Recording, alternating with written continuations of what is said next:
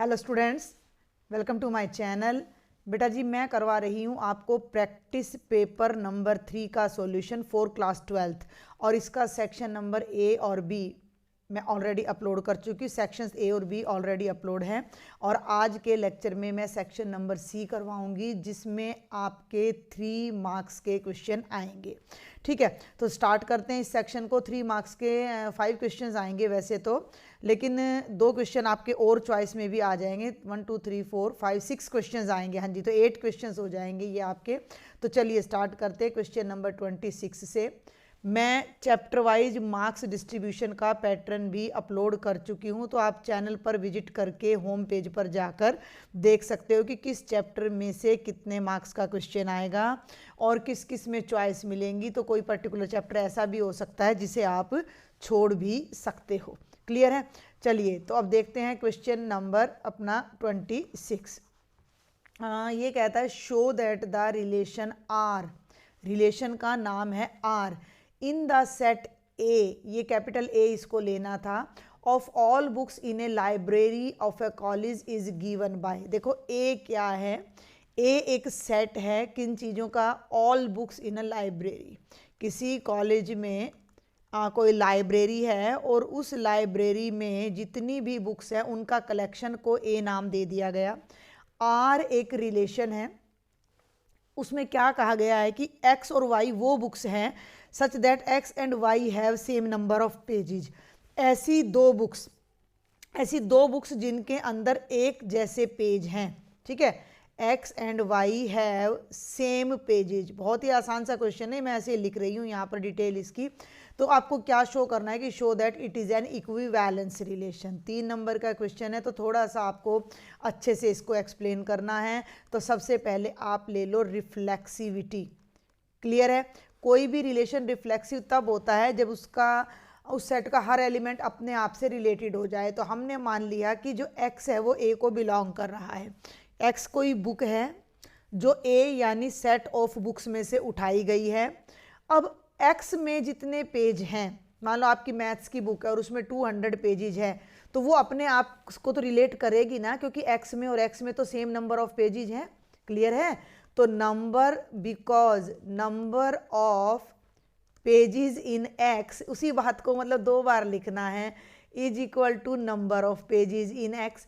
X book में जितने page हैं, एक्स मतलब मैथ्स की 2 बुक उठा ली, एनसीईआरटी की 2 बुक्स उठा ली, सेम बिल्कुल सेम वही न्यू वर्जन की मैथ्स की, तो दोनों में सेम नंबर ऑफ पेजेज होंगे ना। तो एक्स एक्स मतलब खुद से रिलेट करना है, एक्स को खुद से रिलेट करना है। एक्स एक बुक है तो एक बुक में जितने पेजेस हैं वो उसमें भी खुद में भी उतने ही पेजेस हैं। तो हम इसको इस भाषा में कह सकते हैं कि X is related to X, यानी एक्स एक्स आर को बिलोंग कर जाएगा। For all X belonging to set A, यानी सेट ए में जितनी भी बुक्स हैं सारी की सारी बुक्स अपने आप से रिलेटेड हो जाएंगी। तो जो हमारा रिलेशन है वो क्या हो जाएगा, रिफ्लेक्सिव हो जाएगा।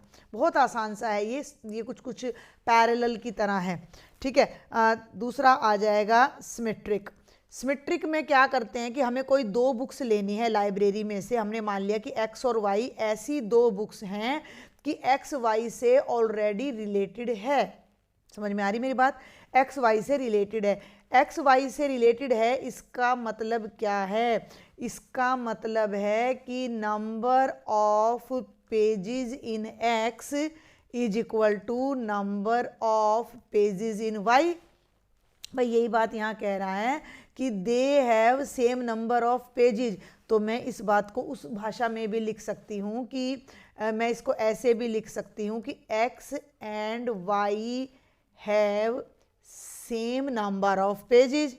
अब इस बात को उल्टा कर दो। सिमेट्रिक का मतलब क्या है? राम लक्ष्मण का भाई है तो लक्ष्मण को भी राम का भाई अगर प्रूव कर देते हैं हम तो रिलेशन सिमेट्रिक हो जाएगा, यानी जैसा रिलेशन इस तरफ से था वैसा ही रिलेशन उधर से हमारा बन जाएगा।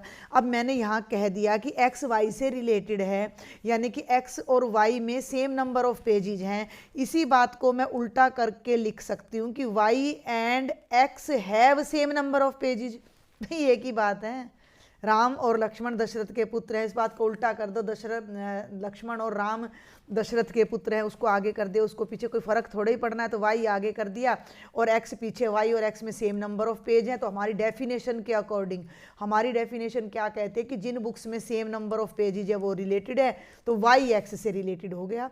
तो हम लेकर चले थे कि एक्स वाई से रिलेटेड है और वाई एक्स से रिलेटेड हो गया, तो hence x y belongs to R implies y x belongs to R, और आप यहां लिखोगे for all x y belonging to A, यानी ए सेट में जितने भी एलिमेंट्स थे अगर एक्स वाई से रिलेटेड था तो वाई भी एक्स से रिलेटेड आ गया, तो जो हमारा रिलेशन है वो क्या बन गया, सिमेट्रिक बन गया। और अब मैं ट्रांजिटिव पे ज़्यादा टाइम नहीं लगाऊंगी, सेम तरीके से अब हम यहाँ पर ट्रांजिटिविटी प्रूव करेंगे, और अगर ये ट्रांजिटिव भी हो जाता है तो रिलेशन हमारा इक्विवेलेंस हो जाएगा। ट्रांजिटिविटी के लिए हम मान लेते हैं कि एक्स वाई जेड तीन एलिमेंट्स हैं ए के, और इस तरीके से हैं सच दैट कि एक्स वाई से रिलेटेड है और वाई जेड से रिलेटेड है। तो आपको क्या प्रूव करना है कि एक्स जेड से रिलेटेड है। तो जब एक्स वाई से रिलेटेड है तो इसका मतलब x and why have same pages, समझ जाना। और जब वाई जेड से रिलेटेड है तो Y and Z have same pages, जितने पेज एक्स में है उतने वाई में, और जितने पेज वाई में है उतने जेड में है। तो क्या मैं ऐसा नहीं कह सकती कि x and Z have same pages? इसका मतलब क्या हो गया कि एक्स जेड से रिलेटेड हो गया।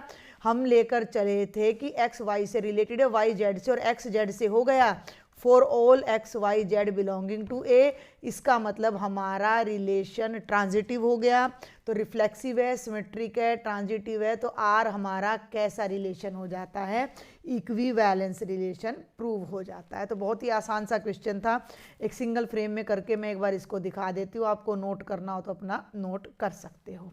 अब मैं इसे इरेज करूंगी, साथ साथ नोट कर लीजिए या वीडियो को पॉज करके भी आप देख सकते हो। अब आ जाइए क्वेश्चन नंबर 26 की इंटरनल चॉइस पर। Tangent inverse this one a greater than 0, x की value minus a by root 3 और a बाई रूट 3 के बीच में लाई कर रही है। इसको आपने सिंपलेस्ट फॉर्म में राइट करना है। तो पहले मैं यहाँ स्टेटमेंट लिख लेती हूँ, बहुत ही आसान क्वेश्चन है। 3a square x minus x cube divided by a cube minus 3a x square, और a हमारा क्या है, पॉजिटिव है, a हमारा पॉजिटिव है। तो अब हम यहाँ पर क्या करेंगे, x को पुट करेंगे। ध्यान देना, 3 tangent theta minus tangent cube theta और 1 minus tangent 3 tangent square theta वाली आइडेंटिटी हम यहाँ लगाने जा रहे हैं। तो हम x को पुट कर लेते हैं अपना a टेंजेंट थीटा, ठीक है। हम x को पुट कर लेते हैं a टेंजेंट थीटा। क्लियर है? यहीं से आप कंक्लूजन भी ले सकते हो कि a को इधर ले आओ तो x बाय a आ जाएगा टेंजेंट थीटा, और थीटा आ जाएगा अपना tangent inverse x by a। इनकी ज़रूरत हमें पड़ भी सकती है, अभी फ़िलहाल हमें इसकी ज़रूरत है, ठीक है। यहाँ आ जाओ अब आप, तो ये बन गया टेंजेंट इनवर्स, ऊपर था 3a स्क्वेयर x की जगह ये वैल्यू पुट करो, multiplied by a tangent theta, फिर है एक्स क्यूब, तो वो हो जाएगा a cube tangent cube theta divided by a cube और माइनस 3a और x का स्क्वेयर। तो x की जगह स्क्वेयर करना है, x ये है, इसका स्क्वेयर करोगे तो a square tangent square theta. बस, अब इससे आगे कुछ भी नहीं है। इस क्वेश्चन में एक सिंपल आइडेंटिटी का हम यूज़ करेंगे। टेंजेंट इनवर्स ये हो जाएगा 3a cube tangent theta minus a cube tangent cube theta divided by a cube और minus 3a cube tangent square theta. एक लाइन में स्किप करूंगी, a क्यूब न्यूमरेटर की दोनों टर्म्स में, डिनोमिनेटर में, ऊपर से कॉमन आएगा नीचे से और कैंसिल हो जाएगा, तो ये आप कर लीजिएगा। ऊपर रह जाएगा 3 tangent theta minus tangent cube theta. a cube को जब कॉमन, देखो ना, मैं बता दूं, ऐसे a क्यूब को आप ऊपर कॉमन लोगे, ऐसे a क्यूब को आप नीचे कॉमन लोगे, तो ये बन जाएगा 1 माइनस 3 टेंजेंट स्क्वेयर थीटा, और ये a क्यूब यहाँ पर कैंसिल हो जाएगा। तो ये स्टेप मैंने यहाँ से थोड़ा सा स्किप कर दिया है, जिसे आप अपने आप कर लीजिएगा। अब इस आइडेंटिटी को ध्यान से देखो, टेंजेंट 3 थीटा की आइडेंटिटी होती है, ये 3 tangent theta minus tangent cube theta by 1 minus 3 tangent square theta. तो इसकी जगह पर मैं क्या लगा दूंगी, मैं यहाँ लगा दूंगी tangent inverse into tangent 3 theta. Tangent inverse से टेंजेंट कैंसिल हो जाएगा और ये बन जाएगा 3 थीटा, और थीटा की वैल्यू मैं यहाँ ऑलरेडी कैलकुलेट कर चुकी हूँ जो कि है टेंजेंट इनवर्स x बाय ए। तो यहाँ आप थीटा की वैल्यू रख दीजिए टेंजेंट इनवर्स x बाय ए, और ये आ जाएगी इसकी सिंपलेस्ट फॉर्म। यहाँ मैं एक चीज़ क्लियर कर दूँ कि ये जो इंटरवल यहाँ दिया जाता है जनरली इसको हमें प्रूव करके दिखाना पड़ता है कि x की वैल्यू इसमें आ रही है, लेकिन आप नहीं भी करते हैं। मैं एक दो बच्चों के लिए मैं इसको जल्दी से करके दिखा देती हूँ कि ये आपको क्या दे रखा है। ध्यान से देखेंगे कि minus A by root 3 is less than equal to X is less than equal to A by root 3। दोनों तरफ, तीनों तरफ ए से डिवाइड कर दो तो ये बन गया minus 1 by root 3 less than X by A less than 1 by root 3। Tangent की वैल्यू 1 बाय ये यहाँ पर हमें देखो, मेरी बात सुनना, आइडेंटिटी जो होती है, ये आइडेंटिटी आप यहाँ लगा रहे हो, ये आइडेंटिटी क्या होती है, ये होती है कि इधर लिखूं क्या, इधर लिख देती हूँ tangent inverse tangent theta. Theta तब बनेगा जब ये वाला एंगल माइनस 90 से 90 के ओपन इंटरवल में हो। सुन रहे हो मेरी बात को, यानी 3 थीटा जो अब यहाँ तुम्हारा है इधर ये अपना बच्चे 3 थीटा, तो ये 3 थीटा इस इंटरवल में आना चाहिए।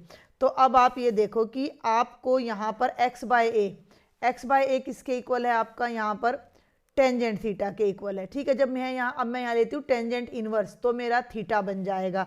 तो टेंजेंट इनवर्स ले लो, मान लो यहाँ पर, यहाँ टेंजेंट इनवर्स ले लो तो ये बन गया tangent inverse minus 1 by root 3 tangent inverse x by A less than equal to tangent inverse 1 by, tangent की वैल्यू 1 बाय रूट 3 होती है 30 डिग्री पे, तो ये हो गया पाई बाय 6। ये वैल्यू है थीटा, ये माइनस पाई बाय 6 हो गया और ये पाई बाय 6।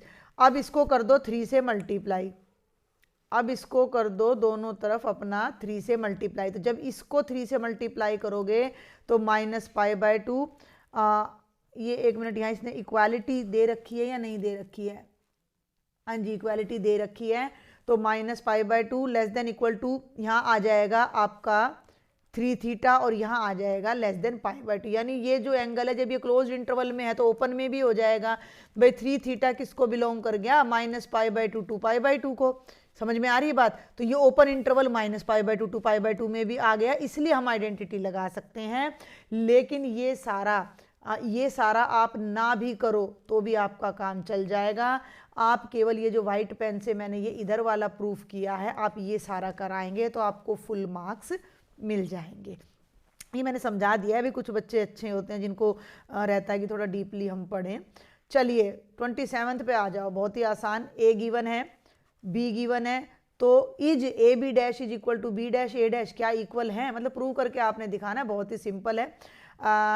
ए बी लिख लेती हूँ मैं, उसके बाद हम डायरेक्ट अपना प्रूव करेंगे। ए है बच्चों 2 4 0 3 9 6, सेम पैटर्न के क्वेश्चन दोनों में रिपीट हो रहे हैं, 1 4 2 8 और 1 3। आपको क्या शो करना है कि A B transpose is equal to B transpose A transpose है या नहीं है। ठीक है, तो ले लो ए का ट्रांसपोज भी ले लो साथ के साथ, 2 4 0 3 9 6, सिंपल कैलकुलेशन है ये। बी का ट्रांसपोज ले लो 1 2 1 4 8 और 3। अब आप चाहे तो लेफ्ट साइड निकाल लो चाहे राइट, लेफ्ट साइड ले लो, ए बी बना दो पहले, ए और बी की कर दो मल्टीप्लिकेशन।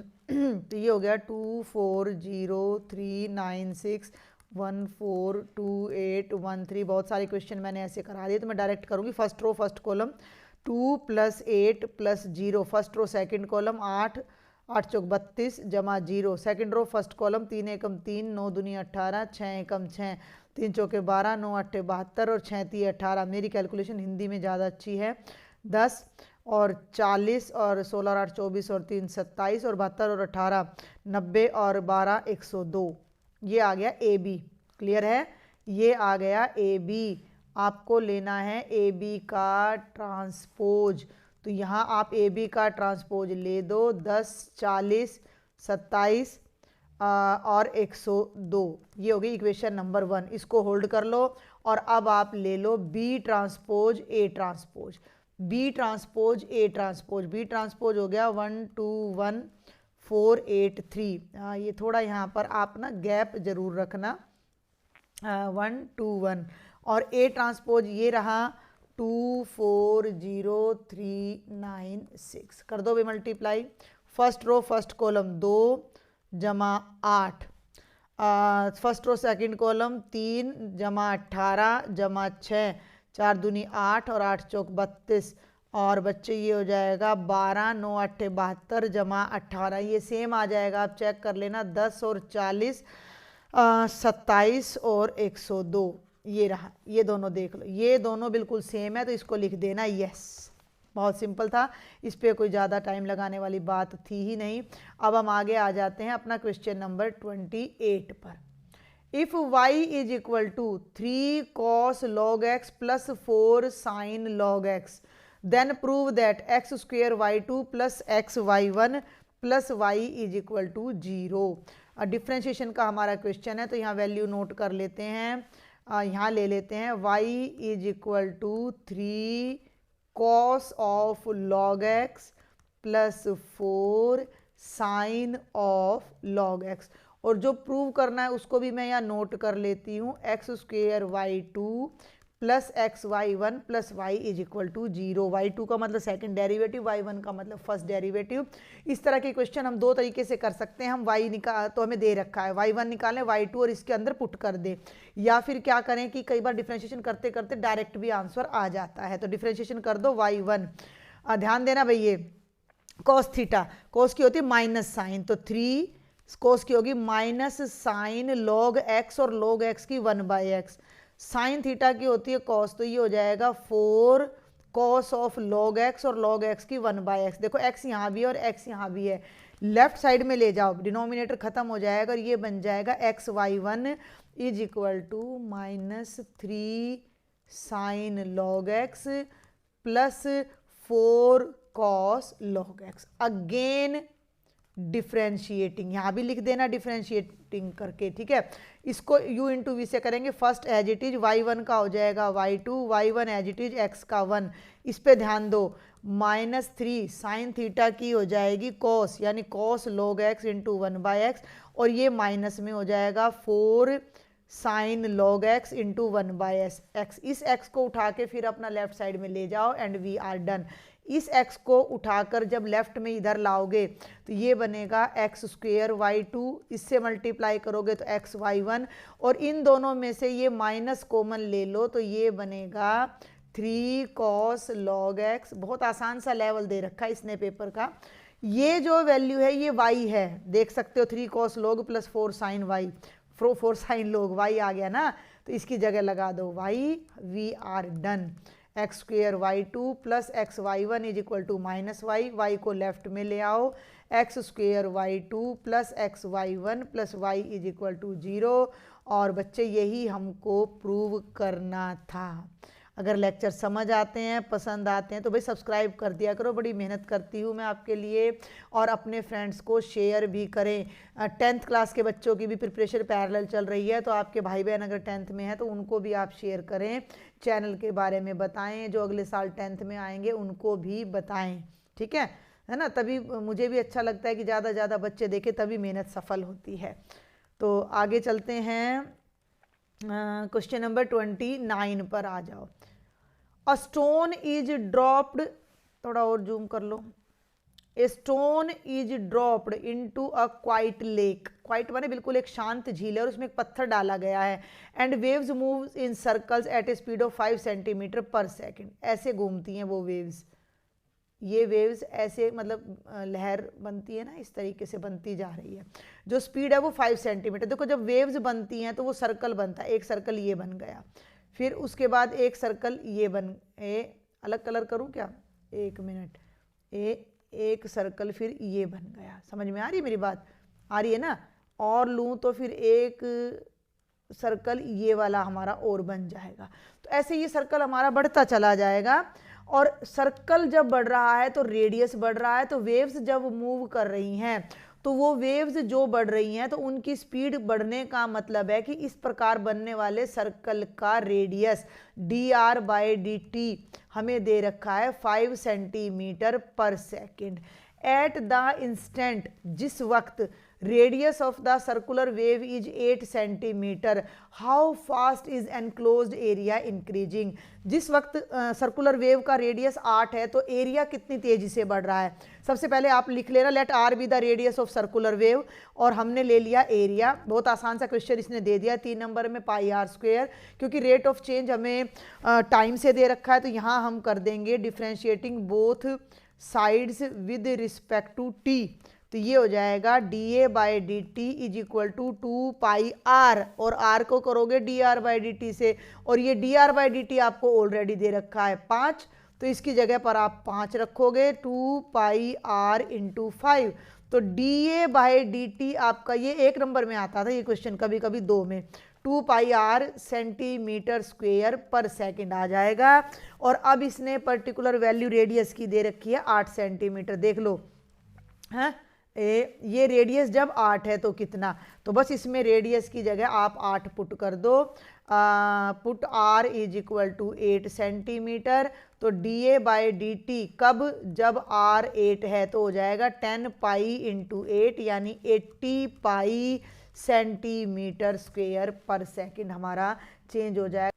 तो ये हमारा फाइनल आंसर आ जाएगा। क्लियर है? एक बार उसको कर देती हूँ सिंगल फ्रेम में। ये देखो बिल्कुल आसान सा 1 नंबर का क्वेश्चन था, 2 नंबर का था ज़्यादा से ज़्यादा। अब आ जाइए क्वेश्चन नंबर 30 और 31 पर। 30 का भी एक पार्ट तो बहुत ही आसान है, पहले इसको देखते हैं। नीचे वाला ज़्यादा आसान है, ये भी आसान है, मुश्किल नहीं है, बट नीचे वाला वर्बल है, इसका आंसर π/4 आएगा। ऊपर वाला देखो, इंटीग्रेट x/x + 1 x + 2। देखो अब इस तरह की चीज़ों में ना कई बार बच्चे कंफ्यूज हो जाते हैं, कई बच्चों को क्लियर नहीं होता कि इंटीग्रेशन कैसे करनी है। तो देखो मेरी बात सुनो, डायरेक्ट फॉर्मूला तो आपका कोई भी नहीं लग रहा बेटा, डायरेक्ट फॉर्मूला तो कोई याद नहीं आ रहा इस एक्सप्रेशन को देखकर, समझ में आ रही है मेरी बात। और नीचे अगर फैक्टराइज हो रहा है, इसको आप मल्टीप्लाई भी कर सकते हो, आप इसको x² + 3x + 2 भी कर सकते हो। फिर नीचे वाले को वो लेके AD/dx ऑफ डिनोमिनेटर वो करके, और फिर उस तरीके से भी कर सकते हो। लेकिन जब नीचे वाला फैक्टराइजेबल है तो सबसे आसान मेथड रहता है पार्शियल फ्रैक्शन का। तो आप क्या करो कि इस कंप्लीट एक्सप्रेशन को x/x + 1 × x + 2 को डायरेक्ट a/x + 1 और प्लस b/x + 2 की फॉर्म में ले लो। ठीक है, यहाँ पर आप LCM ले लो x + 1 x + 2, x + 1 से x + 1 कैंसिल हो जाएगा और a के ब्रैकेट में आ जाएगा x + 2 और x + 2 कैंसिल होकर b के ब्रैकेट में x + 1। और यहाँ पर ये चल रहा था, डिनोमिनेटर दोनों का सेम है तो कैंसिल हो जाएगा। ठीक है, और ये हमारा आ जाएगा x इज इक्वल टू, कई बच्चे देखो सुपरफास्ट डिवीजन का अगर मुझे टाइम लगता है तो मैं करवाऊंगी, क्योंकि अभी स्कूल में भी एग्जाम्स टाइम चल रहा है तो बच्चों को तैयारी बेटा करानी पड़ती, तो टाइम नहीं निकल रहा है। लेकिन आप जो मेरे लास्ट ईयर के सुपरफास्ट रिवीजन वीडियोज़ हैं, डबल हैं, +2 के 2 बार हैं, पिछले सेशन में भी और उससे पिछले में भी, तो वहाँ से आप अपनी प्रिपरेशन कर सकते हो। जो डिलीटेड सिलेबस है वो आपको पता लग ही जाएगा, तो उसको छोड़कर, और वहाँ पर मैंने इंपॉर्टेंट क्वेश्चंस भी बता रखे हैं, ट्रिक्स भी बता रखे हैं कि किस तरह का क्वेश्चन आए तो कैसे करना है। तो वहाँ से भी आपको अगर पढ़ना ही है तो आप वहाँ से भी पढ़ सकते हो, अपनी तैयारी कर सकते हो। तो ये आ गया। अब इसमें a और b की वैल्यू निकालने के लिए एक बार तो हम x + 1 को 0 रखेंगे, और यानी कि दोनों तरफ हम x की जगह -1 रख देंगे। ये ट्रिक होती है। तो -1 इज इक्वल टू a × यहाँ रखोगे -1 + 2, और यहाँ रखोगे तो -1 + 1, ये 0 बन जाएगा। ये तो पूरा 0 बन गया, तो b तो खत्म हो गया और 2 में से 1 गया 1, तो a की वैल्यू आ गई -1। अब हम x + 2 को इस एक्सप्रेशन के अंदर, मेरी बात सुन लो ध्यान से, इस एक्सप्रेशन के अंदर अब हम क्या करेंगे, x की जगह -2 पुट करेंगे। अब जब हम x की जगह -2 पुट करेंगे तो ये बन गया -2 इज इक्वल टू a × जब यहाँ -2 रखोगे तो 0 आएगा, और यहाँ -2 रखोगे तो -1 आएगा। तो -2 is equal to -b, minus से माइनस कैंसिल, और b की वैल्यू 2 आ जाएगी। अब मेरी बात सुनो, जो ऊपर वाला x था वो ये था, है थोड़ा सा हम इसको देखो, वैल्यूज को याद कर लेना। a -1 है, a -1 है और b 2 है, a -1 है और b 2 है, और इसको हमने लिखा था तो ये इधर हो जाएगा -1/x+1 +2/x+2, यानी कि ये जो एक्सप्रेशन था वो इन दो टर्म्स में अपना स्प्लिट हो जाएगा। क्लियर है? समझ में आ गई बात यहाँ तक या नहीं आ गई? भाई ये जो एक्सप्रेशन था x बाय, एक बार फिर लिख दूं, x+1 इंटू x+2, ये बन गया -1/x+1 और 2/x+2। दो सिंपल से एक्सप्रेशन बन गए। तो हमें तो एक्चुअल में इसकी इंटीग्रेशन करनी है, इसकी इंटीग्रेशन करनी है का मतलब इन दोनों की इंटीग्रेशन करनी है, और राइट वालों की इंटीग्रेशन बहुत आसान है। माइनस बाहर 1/x+1 की हो जाएगी log mod x+1, 2/x+2 की हो जाएगी 2 log mod of x+2 plus c, और इसको यहीं छोड़ सकते हो, और एडजस्ट करना चाहो तो minus log mod of x+1, ये पावर में चला जाएगा, log x+2 का square plus c, log m minus log n, log m/n, मतलब जितना करना चाहो उतना कर दो, log x+2 का स्क्वायर बाय x+1 और प्लस c। तो ये आपका फाइनल आंसर आ जाएगा। आप यहाँ छोड़ते हो तो भी आपको मार्क्स मिल जाएंगे, इतना करते हो तो भी आपको पूरे मार्क्स मिल जाएंगे। तो ये था आपका पार्शियल फ्रैक्शन से इंटीग्रेशन। 30th क्वेश्चन में ही आपको इंटरनल चॉइस दे रखी है, जो कि ज़्यादातर 1-2 नंबर में भी, कई बार 1-2 नंबर में तो आती है तो -π/2 टू π/2 होता है। अब इसमें आ रही है तो ये देखो, ये भी बहुत आसान है, बहुत ही आसान है। इस तरह के 4-5 क्वेश्चन है इस एक्सरसाइज में, आप उनकी प्रैक्टिस कर सकते हो। √sin x by √sin x और √cos x dx। अब इनको डायरेक्ट करना थोड़ा मुश्किल होता है, ये डेफिनेट इंटेग्रल है। यहाँ प्रॉपर्टी लगती है, क्या प्रॉपर्टी लगती है कि 0 to a fx dx is equal to 0 to a f of a minus X dx। अगर इस तरह की कोई इंटीग्रेशन दे रखी है 0 to a, अब 0 to a की जगह कितना है π/2, तो जहां जहां x है उस इंटीग्रेशन में वहां वहां अगर हम a माइनस एक्स रख देते हैं तो कोई फर्क नहीं पड़ता। क्लियर है? तो ये मेरा, इसको अलग ब्लॉक में ले लो ताकि ये हमें कंफ्यूज ना करे। हो गया?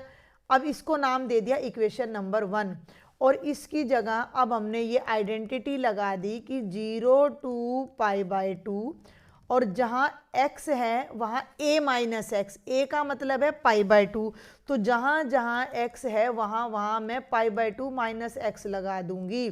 dx को नहीं छेड़ रहे हम, सुन रहे हो मेरी बात को, केवल x को चेंज करना है। π/2 माइनस एक्स का अंडर रूट, ये सवाल अंडर रूट में मिलेंगे या पावर 3/2 में मिल जाएंगे, पावर 5/2 में मिल जाएंगे, इस तरह से अलग से मिलेंगे ये क्वेश्चंस आपको। तो ये आ गया i, इसको खोल लो। 1 को तो अलग रहने दो, ये लिमिट्स ऐसे ही चलने दो। sin 90 माइनस थीटा होता है cos, तो ऊपर तो आ गया cos, नीचे भी आ गया cos x, और यहाँ cos 90 माइनस थीटा होता है sin x, और ये हो गया dx। इसको नाम दे दो नंबर 2। क्लियर हो गया? बहुत ध्यान से देखना है, कुछ भी नहीं किया, बस उसकी फॉर्म चेंज कर दी। ये था नंबर 1 और ये है नंबर 2, इन दोनों को कर दो ऐड। लेफ्ट साइड में दोनों में i है, जुड़ जाएगा। राइट साइड में दोनों की लिमिट बिल्कुल सेम है, ये भी 0 to π/2 है और ये भी, तो हम एक लिमिट वाले इंटेग्रल को ऐड कर सकते हैं। ठीक है? थोड़ा सा ऊपर करूंगी, ऊपर वाला आप देख सकते हो।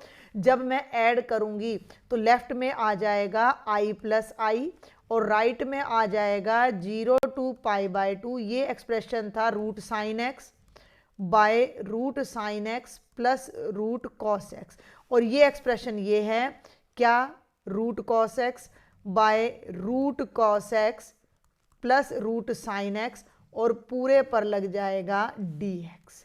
समझ में आ रही बात? देख लो एक बार, थोड़ा सा छोटा कर देती हूँ एक ही फ्रेम में, एक बार आप चेक कर लीजिए कि मैंने ठीक किया है या नहीं। इसको और इसको मैंने ऐड किया है, तो ये वाला लिख दिया पहले मैंने, प्लस का साइन लगाकर ये वाला यहाँ पर लिख दिया, हो गया। अब इससे आगे मैं यहाँ सॉल्व करती हूँ। तो लेफ्ट साइड में तो i प्लस आई आ जाएगा 2i। ऐसे क्वेश्चन मैंने प्रीवियस ईयर के रिवीजन कराया है, उसमें भी बहुत कराए हैं, सुपर फास्ट में भी मैंने कराए हैं। तो 0 to π/2। अब देखो इसका भी डिनोमिनेटर और इसका भी, दोनों का डिनोमिनेटर सेम है। जब डिनोमिनेटर सेम हो तो ऊपर ऊपर वाला जुड़ जाता है, तो root sine X plus root cos X ऊपर आ जाएगा, और नीचे देखोगे तो root sine X plus root cos X dx, दोनों कट के भैया 1 आ जाएंगे। तो 2i is equal to 0 to π/2 1 आ जाएगा। 1 की इंटीग्रेशन क्या होती है x की लिमिट 0 to π/2 कर दो। मैंने बताया था ना इसका आंसर π/4 आएगा। 99% इस तरह के क्वेश्चंस का आंसर π/4 आता है। यहाँ लिमिट रखो, अपर लिमिट π/2 -0 यानी π/2 आ गया। i को तो यहीं रखो और इस 2 को राइट में ले जाओ, तो 2 पहले से था, i की वैल्यू π/4 आ जाएगी। और ये हमारा इंटरनल चॉइस वाला 30th क्वेश्चन हो जाएगा। क्लियर है। इस तरह के और भी क्वेश्चंस आते हैं जिनकी आपने प्रैक्टिस करनी है। और अब हम लेंगे सेक्शन नंबर सी का लास्ट क्वेश्चन, 31st क्वेश्चन। क्या कहता है, बहुत ध्यान से पढ़ेंगे। If A B C are unit vectors, unit है, बात को नोट कर लो, यूनिट वेक्टर है तो ए का मैग्नीट्यूड, बी का मैग्नीट्यूड और सी का मैग्नीट्यूड मॉडुलस 1 आएगा। Such that A plus B plus C is equal to 0 vector. ध्यान देना क्या कह रहा है, ये कह रहा है, बहुत आसान सा है ये क्वेश्चन भी, is equal to 0 vector, then find the value of A dot B plus B dot C plus C dot A. बहुत आसान है। एक रिजल्ट आता है वेक्टर में, क्या रिजल्ट आता है वेक्टर में कि mod of A square is equal to vector A dot A. ठीक है, तो हम इसका डॉट प्रोडक्ट इसी के साथ ले लेते हैं, तो ये हो जाएगा mod of A plus B plus C का स्क्वेयर, तो is equal to A plus B plus C dot A plus B plus C. चाहे तो आप ऐसे कर लो, नहीं तो इसके स्क्वायर का भी डायरेक्ट फॉर्मूला हो जाता है। डॉट नहीं करोगे तो आपकी एक्सरसाइज में भी आ जाता है। देखो डॉट करोगे तो नो टर्म्स आएंगी, A dot A dot B, A dot C, फिर B dot A, B dot B, B dot C dot A, C dot B, C dot C, जो कि डायरेक्ट खुलकर फिर क्या बन जाता है, mod A square mod B square mod C square. A dot B 2 बार आएगा तो 2a dot B 2b dot C. ये आइडेंटिटी भी है जिसका प्रूफ है आपकी, उसमें करवा भी रखा है मैंने ये चैप्टर। तो ये तो 0 है, तो ये तो हो जाएगा 0 का स्क्वायर, यानी ये तो 0।